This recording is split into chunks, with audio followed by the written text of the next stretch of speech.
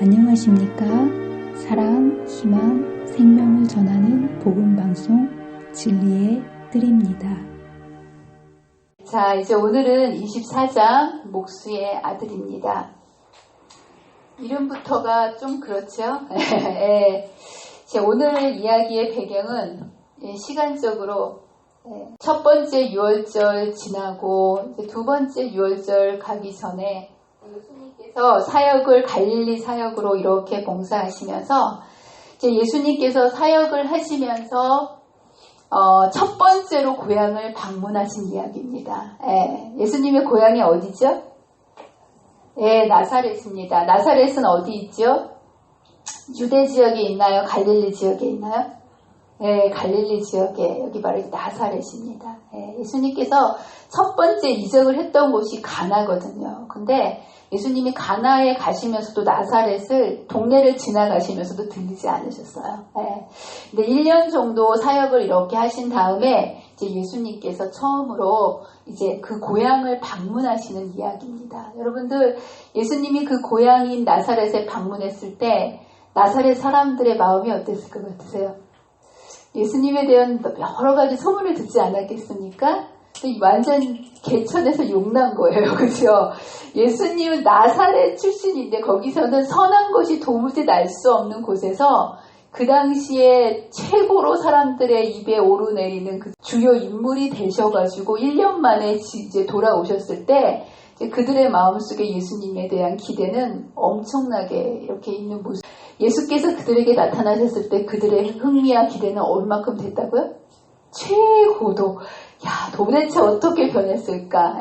왜냐하면 예수님의 어린 시절부터 다 알고 있었던, 예수님이 커가던 모습을 다 알고 있었던 사람이 어느 이 나사렛에서는 도무지 선한 것이 날 수 없는데 국가적으로 유명한 사람이 돼가지고 이제 그 마을을 방문했을 때 그들의 흥미와 기대를 가지고 회당에 다 사람들이 몰려있는 모습을 보게 됩니다. 그래서 예수님께서 회당에 들어가셔서 경배자들 사이에 딱 앉으셨을 때 여기 보면 모든 사람의 시선이 예수님께로 향하는 모습을 보게 됩니다. 그리고 그 당시에 풍습대로 이제 랍비나 이러한 사람들이 이제 오게 되면 그때 안식일에 예배 순서를 좀 인도해 달라는 부탁을 받는 것이 그 당시에 일상적인 관례였기 때문에 예수님께 예배 순서를 회당장이 맡기는 모습을 보게 됩니다.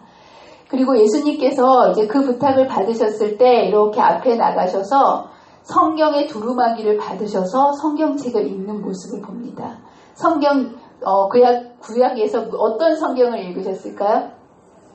여기 보면 이사야서에 있는 말씀을 이제 읽는 모습을 보고 이사야서에서 특별히 61장에 있는 메시아에 대한 그 예언에 유대인들의 가장 큰 소망은 메시아의 오심 아니었겠습니까? 그래서 그들은 자나깨나 메시아에 대한 그 말씀을 굉장히 좋아했고 예수님께서 오셨을 때도 이제 이사야서를 주면서 이것을 이제 읽게 부탁하는 모습을 보게 됩니다. 그래서 여기 보면 주 여호와의 영이 내게 내리셨으니 이는 여호와께서 내게 기름을 부으사 가난한 자에게 아름다운 소식을 전하게 하려 하심이라 라고 하시면서 주님께서 정말 그 저자 아니겠습니까? 저자가 성경의 저자가 직접 이 성경을 낭독하시는 거예요. 여러분들 성경책을 읽는 것만으로도 마음속에 감동이 올까요? 정말 여기 보면 사람들의 반응이 이렇습니다. 예수님은 단순히 성경 말씀을 읽으셨을 뿐인데도 성령께서 함께 해주셨을 때 여기에 보면 그들의 심령이 성령으로 말미암아 감동을 받자 그들은 열렬한 아멘으로 화답하고 주께 찬송했다라고 얘기합니다. 그래서 그냥 예수님께서 이 앞에 서셔서 말씀을 펴고 그 이사야서의 말씀을 읽기만 하셨는데 말씀 하나하나의 말씀이 살아 움직여서 사람들의 심령 속에 이 메시아에 대한 소망과 간절한 그 소원을 살아 움직이도록 여기 보면 너무너무 그 말씀 하나만으로도 마음이 벽차서 열렬한 아멘으로 화답하고 주께 찬송하는 이 백성들의 모습을 보게 됩니다. 그리고는 쫙 읽고 나서 이제 이것을 덮어서 그 성경책을 맡은 사람에게 딱 주고 앉으셨을 때 그 다음에 어떻게 이 말씀에 대해서 성경을 강론하시나 모든 사람들이 쥐죽은 듯이 그 입으로 나오는 그 다음에 이 말씀에 대해서 어떤 해석을 하시는지에 대해서 기대에 차서 다 주목하여 보는 모습을 보게 됩니다. 얼마나 기대가 있었겠습니까? 그래서 이제 4장 21절에 보면 예수님께서 이 말씀을 하십니다. 성경을 앞에선 읽으셨고요. 두 번째는 그들에게 말씀하시되 이 말씀에 대해서 성경을 해석해 주시는 거예요. 뭐라고 해석하셨냐면 이 글이 오늘 너희의 귀에 응하였느니라 라고 이 말을 한마디 하십니다. 예수께서는 자신에 관한 예언의 산 설명자로서 사람들 앞에 서셨다. 그는 자기가 읽은 말씀을 설명하시면서 메시아를 압박받는 자의 구원자요, 사로잡힌 자의 해방자요, 고통당하는 자의 치료자여 눈먼 자에게 시력을 회복시키시며 세상의 진리의 빛을 드러내는 자로서 말씀하셨다. 이렇게 하십니다. 여러분 사람들의 반응이 어땠을까요? 읽었을 때 열렬하게 감동하고 거기에 화답하고 찬송하는 모습을 보이지 않았습니까? 이 말씀에 대해서 강론하셨을 때 사람들의 반응은 어땠을까요? 더 열렬했을까요? 참 안타깝게도 여기에 보면 이렇게 했던 사람들이 사람들의 반응이 뭐냐면 이것을 듣고 다 크게 화가 나서 동네 밖으로 쫓아내어 그 동네가 건설된 산 아래에 떨어지기까지 끌고 가서 밀쳐 떨어뜨리고자 하는 모습을 보게 됩니다.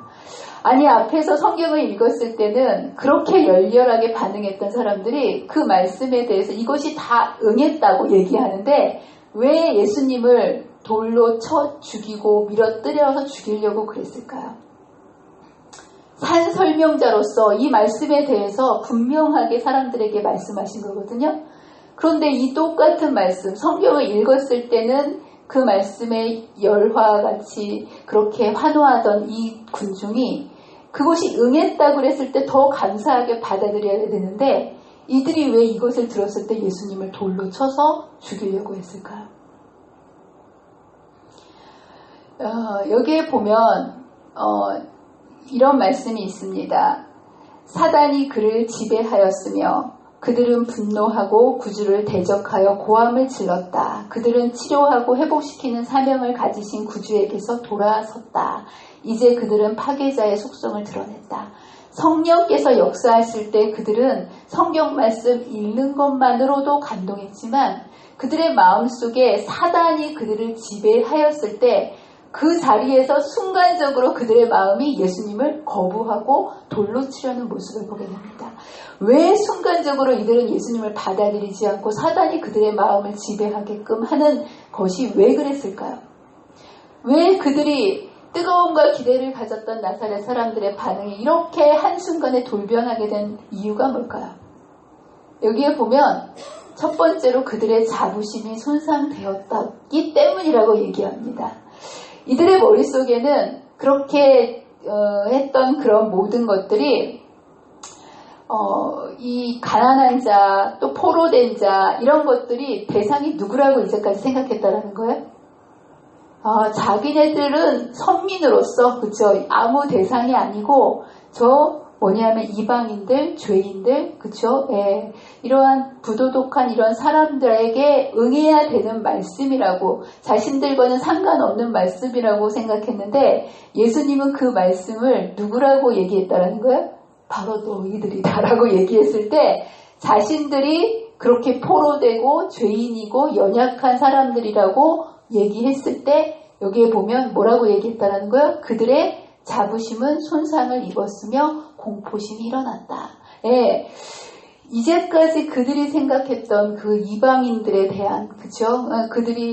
이것이 이방인들에게 해당되는 것이고 죄인들에게만 해당되는 것이라고 생각했던 그것이 바로 자기들이 옳다고 생각하는 의롭다고 생각했던 자기들에게 이것이 응했다라고 너희들에게 이게 응했다라고 생각했을 때 그들 곧 아브라함의 자녀인 이스라엘 사람들이 속박을 당하고 있는 것으로 나타내진 것이다 라고 이렇게 얘기했을 때 이것에 대해서 자신들의 자부심이 손상을 당하게 되고 이것 때문에 예수님을 거절하는 모습을 보게 됩니다.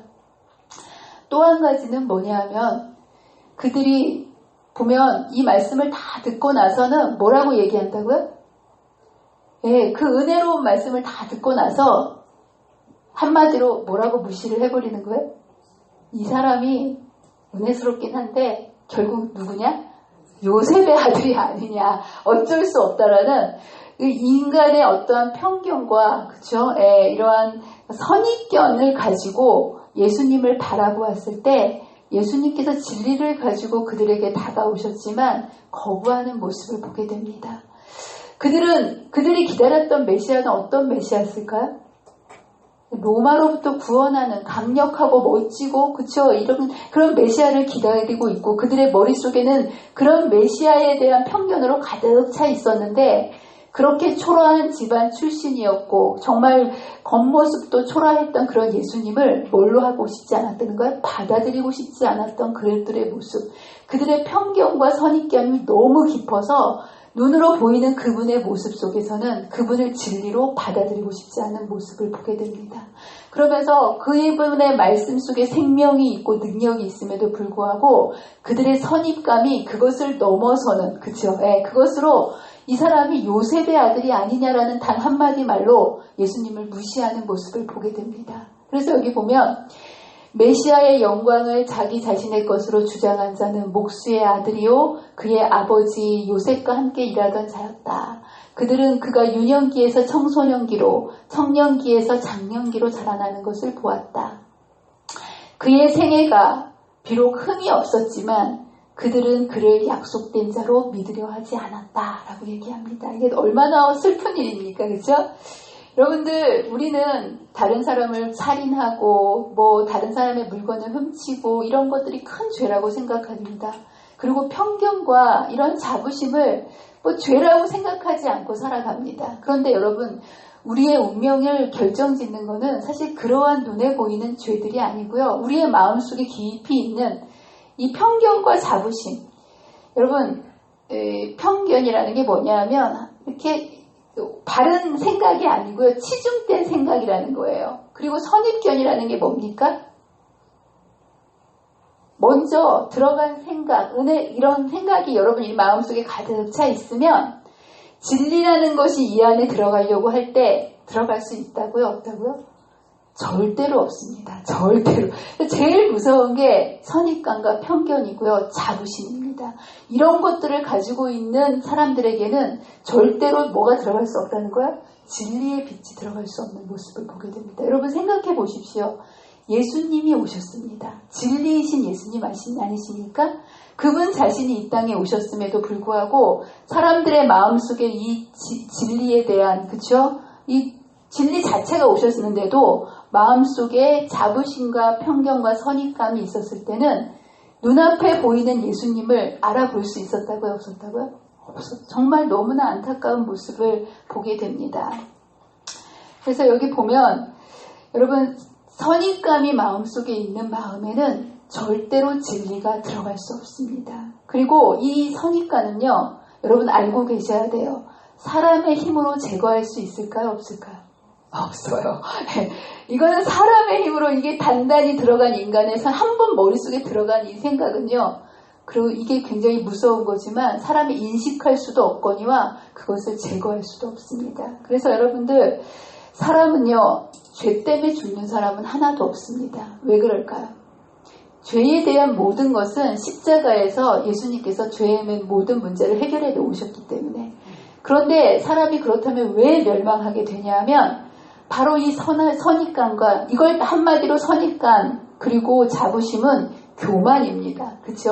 이 진리가 필요 없다라는 생각이에요. 내 생각이 옳다라는 이 생각을 내려놓지 않으면 죄 때문에 사람이 죽는 게 아니로 바로 이 교만 때문에 진리가 우리의 삶 속에 들어오지 못함으로 많은 사람들이 살 수 있는 길이 있음에도 불구하고 죽을 수밖에 없는 영원한 비참한 운명을 맞게 되는 모습을 보게 됩니다. 정말 무서운 게 교만인 거예요. 그래서 여러분들 이 심리학 용어 중에서 확증 편향이라는 게 있습니다. 이거는 어떤 용어냐면 자신의 사람이 어떤 것들을 이렇게 생각하게 되면 자신의 생각에 맞는 정보들만 받아들이게 되어 있다는 거예요. 내가 누군가를 생각할 때 이 사람이 나쁜 사람이다, 사기꾼이다라고 생각하면 이 사람이 좋게 행동하는 모든 것들도 다 어떻게 보일까? 야, 정말 사기꾼이 정말 아주 고지능으로 한다, 이렇게, 그렇지 않겠습니까? 사람의 머릿속에 어떤 생각이 한번 딱 들어오게 되면 그다음부터 들어오는 모든 생각은 이 선입관에 내가 받고 싶은 정보만 받아들이고 거기에 맞지 않는 정보는 사람들이 다 거부해버리기 때문에 나도 모르게 올바른 판단을 할 수 없게 된다는 거예요. 그래서 선입관이 굉장히 무서운 겁니다. 그래서 여러분들, 이 진리 되신 예수님께서 이렇게 오셨지만 그분의 생애가 비록 흠이 없고, 그죠? 그분에 대한 모든 증거가 삶의 모든 삶이 성경의 예언의 말씀대로 모든 것을 응하는 삶을 살았지만 이들의 마음속에는 이미 그들이 제사장이나 지도자들로부터 배웠던 잘못된 메시아에 대한 선입관을 갖고 있었기 때문에 예수님이 말씀 그대로 오셨지만 본인들이 믿고 싶은 대로만 믿었다는 거예요. 보고 싶은 대로만 뭐 했다는 거예요? 보았다는 거. 그래서 여러분들이 이렇게 신앙을 하면서요, 여러분의 마음속에 편견이 있게 되면요, 보고 싶은 것만 보게 됩니다. 그리고 말씀도요, 내가 듣고 싶은 것만 듣게 됩니다. 그래서 어떻게 되는지 아세요? 이 나사렛 사람들처럼 진리 되시는 예수님을 거부하게 된다는 거예요. 정말 이들이 얼마나 축복된 백성들입니까? 거의 30년 이상을 나사렛에서 예수님의 어렸을 시절부터 30년 동안에 진리 되시는 예수님과 내내 같이 있었던 사람들 아니겠습니까?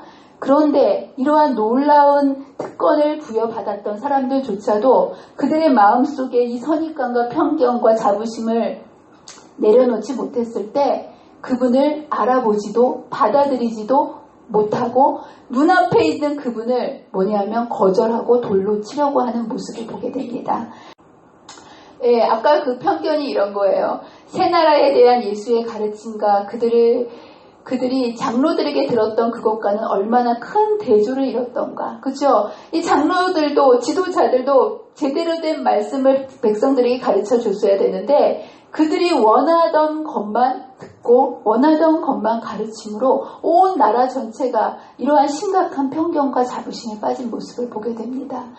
예수께서는 그들을 노마로부터 구원하여 내시겠다는 말씀은 한마디도 하지 않으셨다.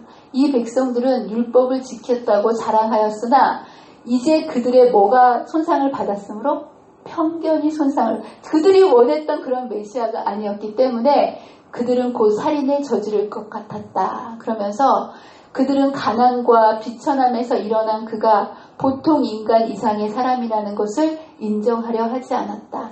빛을 강하게 비춰주시고 이 말씀되시는 예수님이 앞에 있었지만 보려고 하지 않고 들으려고 하지 않았을 때 그들은 눈 멀고 귀 먹는 모습을 보게 됩니다. 그러나 정말 가느다란 빛을 가지고도 그 하나님의 그 진리를 분별해내고 구원을 받는 정말 다른 모습을 보게 됩니다. 바로 이때 이런 나사렛 사람들의 모습을 얘기하시면서 주님께서 사르밧 가부와 문둥병자였던 나아만에 대해서 이제 말씀을 하십니다. 여러분 사르밧 가부 다 알고 계시죠?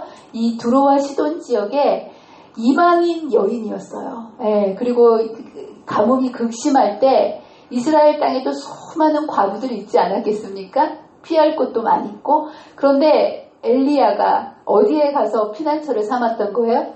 바로 이 사르밧 관. 그리고 그가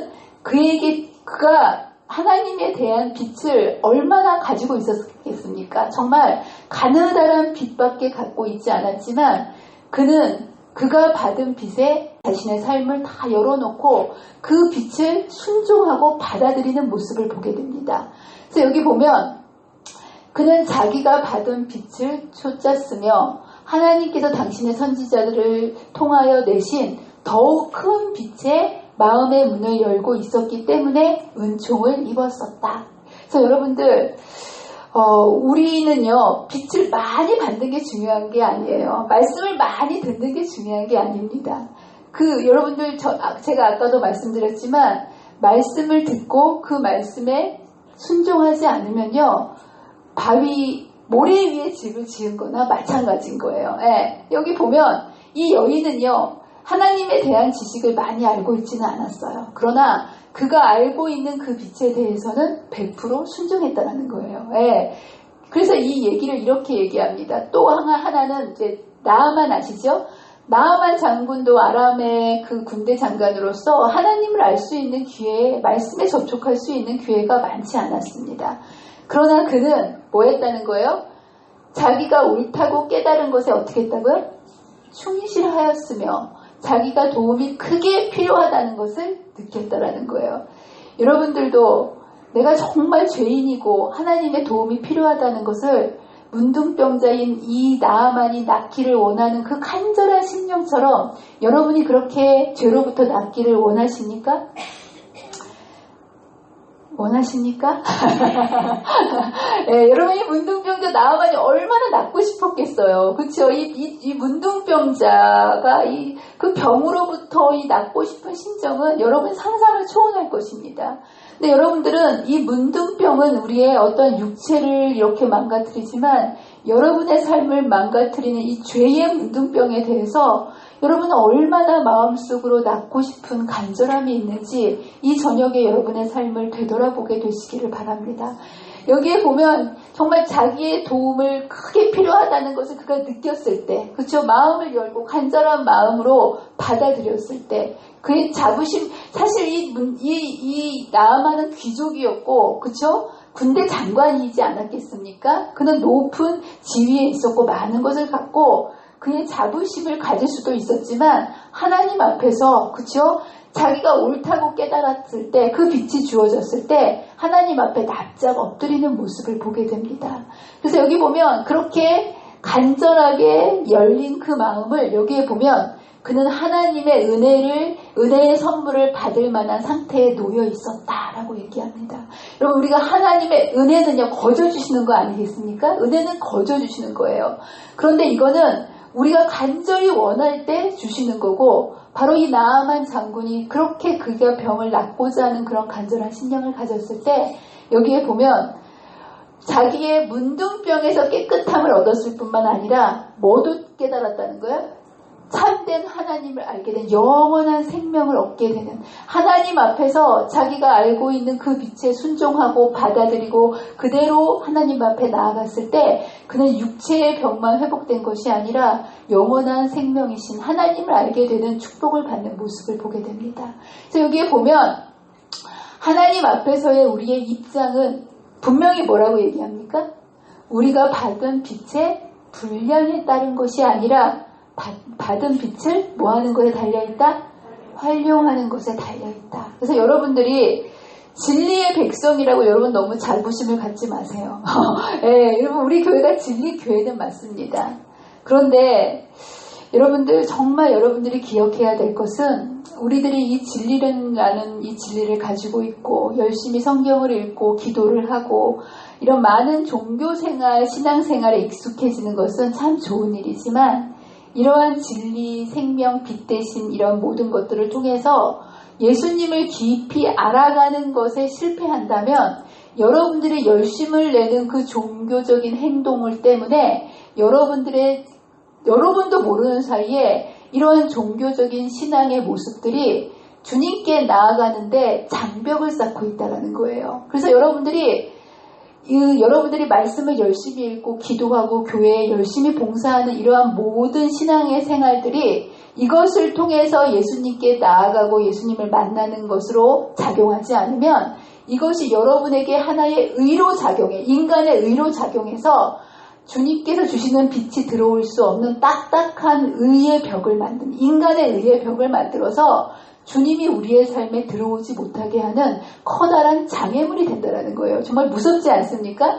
그래서 여러분들, 이 유대인들은 얼마나 종교 생활을 열심히 했던 사람들입니까? 그죠? 이들은 맨날 금식했고요, 매일 기도했고요, 매일 구제했던 사람들입니다. 그런데 이 의 때문에 자신의 모습을 보지 못한 거예요.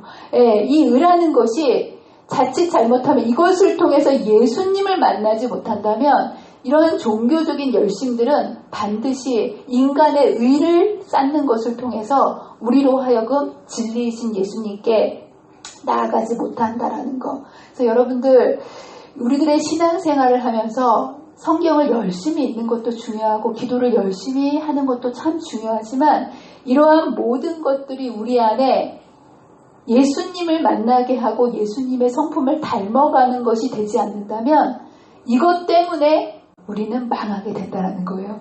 열심히 교회 다녀서 뭐 하게 된다는 거예요? 망하게 된다는 거예요. 너무 슬프지 않습니까? 교회 열심히 나간 사람들 나도 모르게 내가 의로운가 보다라고 나도 속이고 누구도 속인다는 거예요? 남도 속이게 된다는 거예요. 이 정말 슬픈 일입니다. 그래서 이 종교적인 자부심 때문에 결국은 그 당시에 최고로 하나님을 가장 많이 알고 섬긴다고 했던 유대인들은 이 종교적 자부심 때문에 그들의 의 때문에 인간의 의 때문에 자신의 모습을 보지 못했고 결국은 이것 때문에 예수님을 거절하는 모습을 보게 됩니다. 예. 그런데 이들은 정말 이방인들은 달랐어요. 그들은 겸손했다라는 거예요. 그렇죠? 예. 그리고 이들은 편견이 없었다라는 거예요. 여기 보면 느낄 줄 아는 마음과 믿고자 하는 신앙을 가졌던 자들은 선지자들을 통하여 하나님의 능력의 증거를 볼 수 있는 앞에서는 못 봤잖아요. 그죠? 눈앞에도 못 봤는데 이들은 편견을 내려놓고 그들이 겸손했을 때 그들이 느낄 줄 아는 마음과 있는 그대로의 마음을 열고 그 빛을 받아들이고 했을 때 선지자들을 통하여 하나님의 능력의 증거들을 볼 수 있는 여기 보면 특별한 은총을 입었다라고 얘기합니다. 정말 하나님의 특별한 은총이 아니고서는요 우리가 이걸 깨달을 수 없거든요. 그런데 여기에 보면 한마디로 교만 때문에 망하고요. 아무리 약하고 연약한 죄인일지라도 그의 심령이 가난하고 애통하고 의에 줄이고 목마른다면 주님께서 그것을 통해서 우리로 하여금 주님을 받아들이고 진리를 통해서 우리를 구원해 주실 수 있다는 것. 그래서 여러분이 이제 이런 것들을 통해서 예수님을 동네 밖으로 쫓아내가지고 심지어는 낭떠러지에서 어떻게 하려고 합니까? 예수님을 밀쳐서 죽이려고 하는 무서워. 여러분 진리를 거절하게 되면요. 그냥 끝나는 게 아니에요. 예수님은 어떻게 된다는 거예요? 밀쳐 떨어뜨리고자 하는 정말 놀라운 모습을 보게 됩니다. 근데 여러분들 진리는 이런 식으로 소멸될 수 있을까요? 없을까요? 예, 여러분 진리는 변하지 않는 게 진리고요. 없어지지 않는 게 진리입니다. 예, 여기 보면 예수님께서 그들 가운데로 지나시니라 라고 얘기하면서 예수를 죽이려고 그렇게 길을 쓰고 몰려들었지만 이제 여기에 보면 예수님께서 그들 사이에 사라지는 모습을 보게 됩니다. 그들은 낭떠러지의 벼랑으로 예수를 급히 끌고 가서 그를 거꾸로 떨어뜨리려고 하였다. 고함과 저주의 소리가 공중을 메웠다. 여러분 상상이 되십니까? 예, 막 온 그 동네가 들끓어서 예수님 하나를 죽이기 위해서 몰려가는 모습을 보게 됩니다. 어떤 자가 예수에게 돌을 던지자 예수께서 갑자기 그들 가운데서 사라지셨다. 회당에서 예수의 곁에 있었던 하늘의 사자들이 그 미친 군중 속에서도 그와 함께 있었다. 그 천사들은 예수를 그 원수들에게서 가로막고 그를 안전한 장소로 인도하였다라고 얘기합니다. 여러분 지금 이 시대에도 진리에 대해서 이러한 반대들이 있을까요? 없을까요? 예, 있습니다. 반대가 없으면 진리가 아닙니다. 반대가 없으면 사단이 없다는 뜻이거든요. 예. 그렇지만 여러분들 꼭 잊지 마시기를 바랍니다. 각 시대마다 천사들은 그리스도의 신실한 제자들 곁에 어떻게 있다고요? 가까이 있다라는 거. 예, 그래서 온 하늘의 관심이 어디에 있을까요? 하나님의 백성들에게 있습니다. 여기 분명히 있어요. 예. 악의 대연합 세력이 이기려고 하는 모든 사람을 대항하여 정렬하고 있으나 그리스도께서는 보이지 않는 존재들 곧 하나님을 사랑하는 모든 사람을 구출하기 위하여 그들 주위에 진치고 있는 하늘 군대를 우리가 바라보기를 원하신다. 그러면서 여러분들 여러분의 발걸음 진리를 가진 백성들은요 하나님께서 홀로 두시지를 않는다는 거예요. 여기 보면 우리의 발걸음마다 날마다 우리의 발걸음에 동행하고 있다는 것을 알게 될 것이다. 그래서 여러분이 진리에 목숨을 걸고 진리를 지켜낼 때 그 진리가 여러분의 생명을 보존할 것입니다. 믿으십니까? 네, 여러분들이 진리라는 것은 변하지 않고 진리 자체는요 영원한 것입니다. 그래서 여러분이 여러분의 목숨을 정말 목숨이라는 건 욕이 달린 게 목숨 아닙니까? 근데 이 목숨을 진리를 살수하는데 여러분의 삶을 맡기게 되면 생명이라는 영원한 생명 아니겠습니까? 이 진리로 인해서 하나님께서 여러분의 삶을 영원한 생명으로 보장해 주신다는 사실을 여러분 믿으시고 여러분의 삶 속에 이 진리를 여러분의 삶의 가장 우선순위로 붙들고 사시는 저와 여러분이 되시기를 간절히 바랍니다. 예, 이 나사렛 사람들은 이렇게 예수님을 거절해버렸어요. 그들의 자부심과 편견 때문에. 근데 예수님이 이들을 포기하실 수 있으셨을까요? 없으셨을까요? 네, 없으셨지요. 그래서 예수님께서 예수님의 사역의 마지막 부분에 이 첫 번째 부분에 방문하지 않으셨습니까? 근데 이 마지막 예수님의 돌아가심이 가까웠을 때 다시 갈릴리에서 이제 이쪽 이제 예루살렘으로 가시기 전에 마지막으로 또 다시 한번 나사렛을 방문하십니다. 그래서 여기 보면 이렇게 되어 있습니다. 이들을 기뻐하시는 그는 죄가 초라한 멸망으로부터 그들을 구원하기를 열망하셨다. 한 번도 회개하라는 부르심이 없이 그들을 잔념하실 수 없으셨다. 봉사가 끝날 무렵에 다시 고향을 방문하십니다. 그런데 이제 이때는 예수님에 대한 충분한 인식이 없었다고 치지만 예수님의 이제 이 사역 말기에는 예수님에 대한 충분한 인식이 사람들에게 있었을까요? 없었을까요? 예, 수많은 그분의 행적을 통해서 여기에 보면 예수가 인간 능력의 이상의 것을 가지고 계신다는 것을 부인할 사람은 아무도 없었다. 정말 이분이 메시아라는 것을 누구도 의심할 여지가 없이 예수님에 대한 충분한 인식이 이루어지는 그 시점에 예수님께서 다시 한번 가서 나사렛을 방문하시는 모습을 보게 됩니다. 그리고 그의 생애의 모든 행위에서 나타난 자비는 그가 하나님의 기름 부으심을 받은 것을 증언하였다. 충분한 증언들이 이루어지고 나서 주님께서는 다시 한번 진리 되시는 예수님을 그들에게 뭐냐면 구원하시기 위해서 방문하신 모습을 보게 됩니다. 그런데 두 번째 방문하셨을 때 예수님께서 받아들였을까요? 또다시 거절했을까요? 여기 보면 말씀을 듣고는 감동을 받았어요. 그러나 이번에도 그분을 받아들이지 않는 모습을 보게 됩니다. 여기 보면 그들 가운데서 보면 다시 이곳에 돌아오지 못하는 그들의 거절 때문에 예수님께서 정말 안타까운 마음으로 나사렛을 떠나시는 모습을 보게 됩니다. 여러분 충분한 증거가 있었고 예수님의 생애에 대한 그런 인식이 있었음에도 불구하고 왜 이 나사렛 사람들은 또다시 이렇게 엄청난 기회를 거절했을까요? 여기에 보면 마음에 한번 품은 불씨는 나사렛 사람들을 계속 지배했다. 여러분 한 번 부정적인 생각에 사로잡히면요. 사람이 이 불신에서 빠져나오는 것은 쉽다고요? 어렵다고요? 어렵다는 거. 그래서 여러분들이 편견과 자부심 이러한 교만은요.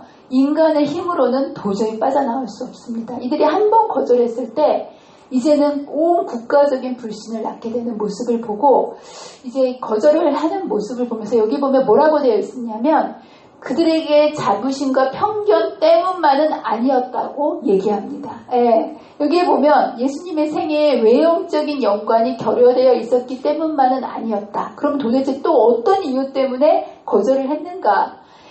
예수님의 순결함이 그들의 뭐를 드러냈다는 거예요? 불결함을 드러내. 예수님은 너무나 순결하시기 때문에 예수님의 삶에 비춰보면 자신들의 뭐가 드러나는 거예요? 더러움이 드러나는 거예요. 그분의 책망할 것이 없는 생애가 그들의 마음을 환하게 비췄다. 그러면서 그들의 외식적인 경건과 공허함을 드러내고 그들의 죄악의 추억성을 그들에게 드러내 주었다. 예수님이 계시면 계실수록 뭐가 드러납니까? 그들의 안에 있는 정말 이제까지는 의롭다고 생각했던 그들의 모습이 적나라하게 드러나는 것을 견디지 못하는 모습을 보게 됩니다. 그럼 예수님께 나아가면 우리가 죄인이 될까요? 의인이 될까요? 죄인이 됩니다. 정말 그래서 말씀을 보기 싫다는 사람도 있어요. 네.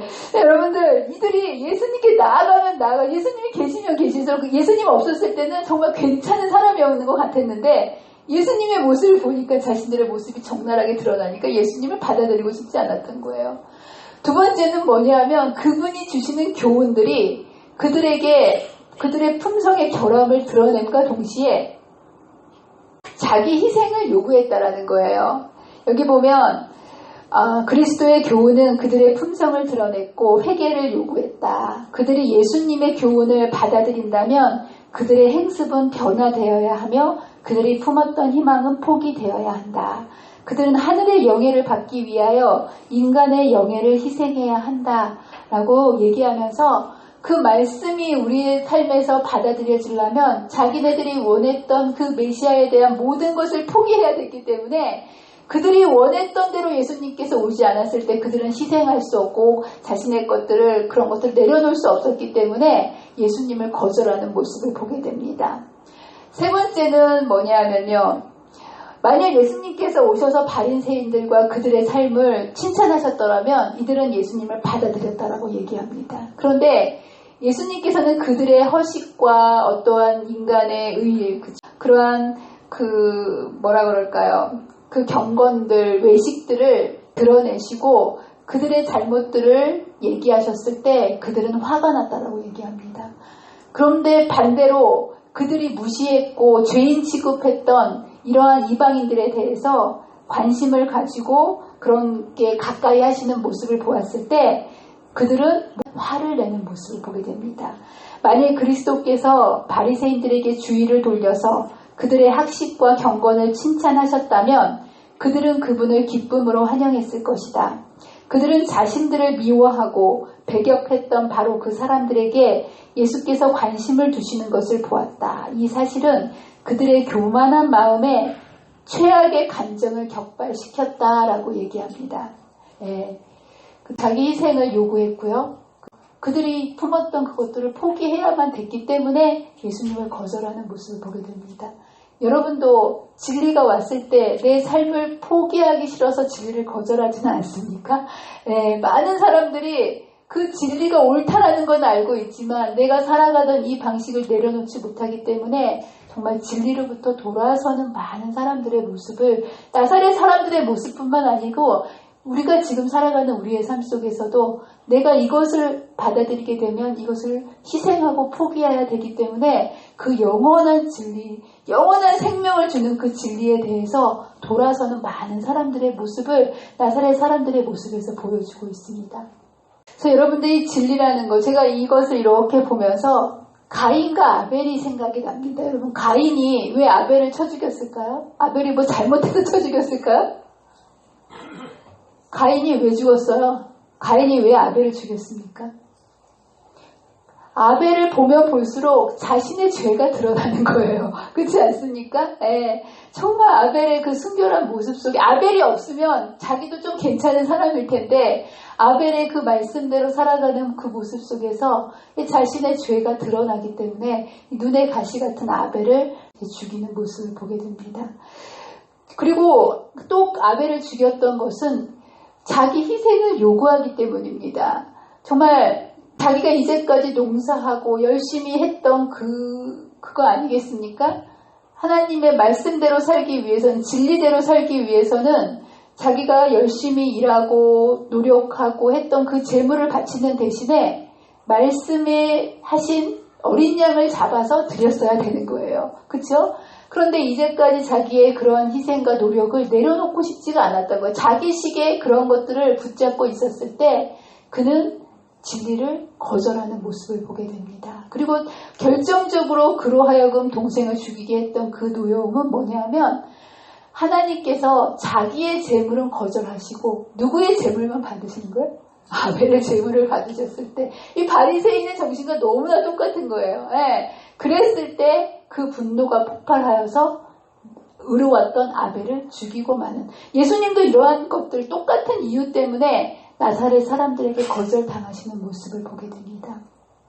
자, 여기 보면 마지막으로 여러분의 신앙, 이건 2000년 전에 나사렛 사람들의 모습만이 아니에요. 어쩌면 저럴까라고 얘기하지만 여러분, 요셉도 그렇기 때문에 똑같은 이유 때문에 형들에게 거절을 당했고 팔려간 거고요. 여러분, 스데반도 왜 죽임을 당했을까요? 왜 돌맞아 죽었을까요? 바로 똑같은 이유 때문에 거절을 당하고 돌맞아 죽였습니다. 이 시대에 여러분과 살고 살아가는 이 시점에도 진리는 똑같은 취급을 받을까요? 안 받을까요? 네, 그렇게 받습니다. 여기 보면 진리는 그리스도의 시대에 인기가 있었다 없었다? 없었습니다. 네, 진리는 현 시대에도 인기가 있습니까? 없습니까? 없다는 것입니다. 우리는 오늘날 하나님의 말씀에 전혀 기초되지 않은 이론과 교훈을 접하고 있지는 않은가? 사람들은 마치 유대인들이 그들의 유전에 대하여 그러했던 것처럼 이러한 이론과 교훈에 집요하게 매달리고 있다. 여러분, 진정한 하나님의 말씀에 우리들의 진리에 대해서 우리가 그것을 받아들이지 않으면 사람은 인간의 어떤 행위와 의식과 노력과 어떤 그런 것들에 집중하게 되어 있다는 거예요. 여기 그렇지 않습니까?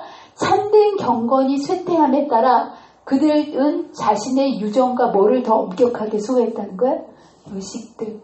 여러분, 하나님의 말씀이 배척을 당하고 진리가 무시하게 되면 이것을 채우기 위해서 인간의 의와 노력과 뭔가 보이는 일에 교회가 집중하게 된다는 거예요. 여러분, 이러한 일을 반복하게 되지 않게 되시기를 간절히 바랍니다. 여러분의 마음속에 하나님의 진리, 특별히 하나님의 말씀에 대한 간절함이 없으면요, 진리가 있어도 그 진리를 뭐하게 된다는 거예요? 거절하게 된다는 거. 여러분들, 진리는요, 다른 게 아닙니다. 내가 죽고 누가 사시는 거예요? 예수님이 사시는 거. 내가 죽지 않으면요, 내 안에 있는 종교적인 자부심과 그리고 편견과 이러한 기타 이런 일들로 인해서 우리에게 구원을 주시기 위해서 모든 일을 하신 그 구원을, 생명을, 진리를 받아들이지 않기 때문에 우리가 영원한 생명을 얻지 못할 수밖에 없다라는 것. 여러분, 자아가 죽는다는 게 쉬운 일입니까? 어려운 일입니까? 얼만큼 어렵습니까? 죽기까지 어렵죠. 자아가 죽는 게 정말 죽는 것보다 어려운 게 자아가 죽는 겁니다. 어떻게 죽여야 될까요? 절대로 자아는 우리가 죽일 수 없습니다. 이 자아를 죽이려고 노력도 하지 마세요. 예, 이거는 될 수가 없는 겁니다. 근데 어떻게 자아가 죽을 수 있을까요? 예, 이것은 굉장히 간단합니다. 이게 굉장히 어려운 일인데요. 굉장히 간단한 일입니다. 뭘까요? 예수님을 바라보는 겁니다. 여러분들, 이거는 제가 다시 한번 말하지만 불가능한 일입니다. 될 수가 없는 일이에요. 그런데 굉장히 간단하게 되는 일입니다. 우리가 어떻게 할 때? 예수님을 바라볼 때. 여러분, 예수님을 바라볼 때 우리 안에 있는, 여러분들 빛이 들어오면 어둠이 어떻게 됩니까? 나가게 되지 않겠습니까? 여러분이 어둠을 내쫓기 위해서 아무리 노력해보세요. 어둠이 나갈 수 없습니다. 예, 우리가 죄인이기 때문에 우리의 힘으로는 이거를 이렇게 내보낼 수 없어요. 그런데 우리가 빛 되시는 예수님을 바라볼 때 주님께서 그 일을 여러분 안에 이루어 주신다는 것. 사람의 힘으로 자부심과 편견은요, 뿌리가 뽑아지지가 않아요. 이게 죄의 본성이기 때문에. 그런데 정말 감사하게도 우리가 믿음의 주여 온전케 하시는 예수님을 바라보게 될 때 그분께서 우리로서는 결코 할 수 없는 그 일을 우리 안에 이루어 주시면서 길이요 진리요 생명 되시는 그분께서 우리의 삶을 영원한 삶으로 인도해 주신다는 사실을 여러분 믿으시고, 여러분의 삶이 이러한 주님을 날마다 바라보시고 의지하게 되시는 저와 여러분이 되시기를 간절히 바랍니다. 기도하겠습니다. 사랑과 은혜가 많으신 하나님 아버지, 예수님께서 이 땅에 오셨을 때 우리의 마음속의 자부심과 편견과 교만과 이기심은 그러한 놀라운 빛에 대해서도 눈을 감고 귀를 닫는 모습을 보았습니다. 주님, 지금도 이 진리는 이러한 취급을 받고 우리가 주님께서 이미 다 이루어 놓으신 구원이 있음에도 불구하고 우리의 마음속에 이러한 죄악 때문에 이러한 구원을 놓쳐버리는 똑같은 역사가 우리의 삶에서 반복되고 있지는 않는지 우리의 삶을 이 저녁 돌아보게 해주시니 감사합니다. 주님, 우리의 삶을 정말 속절없는 죄인으로서 아무것도 할 수 없지만 그러나 오늘 말씀을 통하여 주님을 바라보게 될 때 우리의 힘으로는 결코 할 수 없는 이 죄악을 몰아내시고 우리 안에 빛 되신 주님이 생명으로 임하시고 우리를 구원의 길로 인도해 주신다는 사실을 우리가 믿음으로 믿으며 우리의 매일의 삶이 주님을 바라보는 삶을 놓치지 않도록 남은 일주일 동안 내내 주님의 굳센 손으로 우리를 붙잡아 주시기를 사랑과 은혜가 많으신 예수님의 이름으로 간절히 기도합니다.